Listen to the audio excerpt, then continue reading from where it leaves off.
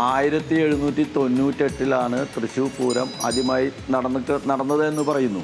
അപ്പോൾ 228ാമത്തെ പൂരമാണ് ഇന്ന് നടക്കാൻ പോകുന്നത്. അതിൽ അന്ന് മുതൽ അതിനൊരു ഭംഗിയായിട്ട് അടുക്കും ചിട്ടോട് കൂടിയിട്ടുള്ള ഒരു ടൈം ഷെഡ്യൂളും കാര്യങ്ങളും അന്ന് മുതൽ തയ്യാറാക്കിയിട്ടുണ്ട്. അത് പ്രകാരമാണ് അത് ഓരോ ക്ഷേത്രവും ആ ടൈം ഷെഡ്യൂൾ അംഗീകരിച്ചുകൊണ്ട് ഒരു പ്രശ്നവുമില്ലാതെ മുന്നോട്ട് പോകുന്നുണ്ട് ഇന്ന് വരെ. അപ്പോൾ കറക്റ്റ് സമയത്ത് തന്നെ നെയ്തലക്കാവ് ഭഗവതി ആ ഗോപുരത്തിൽ നിന്നും എഴുന്നള്ളിച്ച് പുറത്തേക്ക് ഇറങ്ങി. ഇന്ന് 11 മണിയോട് കൂടിയിട്ട് ഏകദേശം 5 കിലോമീറ്ററോളം അവർക്ക് നടക്കേണ്ടതായിട്ടുണ്ട്. ആ നടന്ന് അവിടുത്തെ ദേശക്കാരെല്ലാവരും ഒരുമിച്ച് വന്ന് ആ വടക്കുന്നാഥൻ്റെ ഉള്ളിലോട്ട് ചെന്ന് തെക്കേ ഗോപുരം തുറക്കുന്ന ആ ഒരു ചടങ്ങ് നടക്കുമ്പോൾ ഏകദേശം 11 മണിയാവും.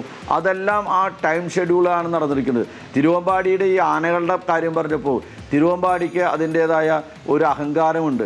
തിരുവമ്പാടിയുടെ സ്വന്തം ചന്ദ്രശേഖരനാണ് ഈ ഭഗവതിയുടെയും ഭഗവാന്റെ ആ തിടമ്പേറ്റുന്നത്. തിരുവമ്പാടിയുടെ ഒരു 50 വർഷക്കാലം തിരുവമ്പാടിയുടെ സ്വന്തം ആനകളാണ്. വലിയ ചന്ദ്രശേഖരനും വലിയ ചന്ദ്രശേഖരൻ ചെരിഞ്ഞതിന് ശേഷം ശിവസുന്ദറാനയും ചെരിഞ്ഞതിന് ശേഷം ഇപ്പോൾ 7 വർഷമായിട്ട് ചെറിയ ചന്ദ്രശേഖരൻ എന്ന് പറഞ്ഞാൽ തിരുവമ്പാടിയുടെ ആനകൾ മാത്രമാണ്. അത് മറ്റ് ക്ഷേത്രങ്ങളിൽ ആർക്കും ലഭിക്കാത്ത ഒരു സൗഭാഗ്യമാണ്.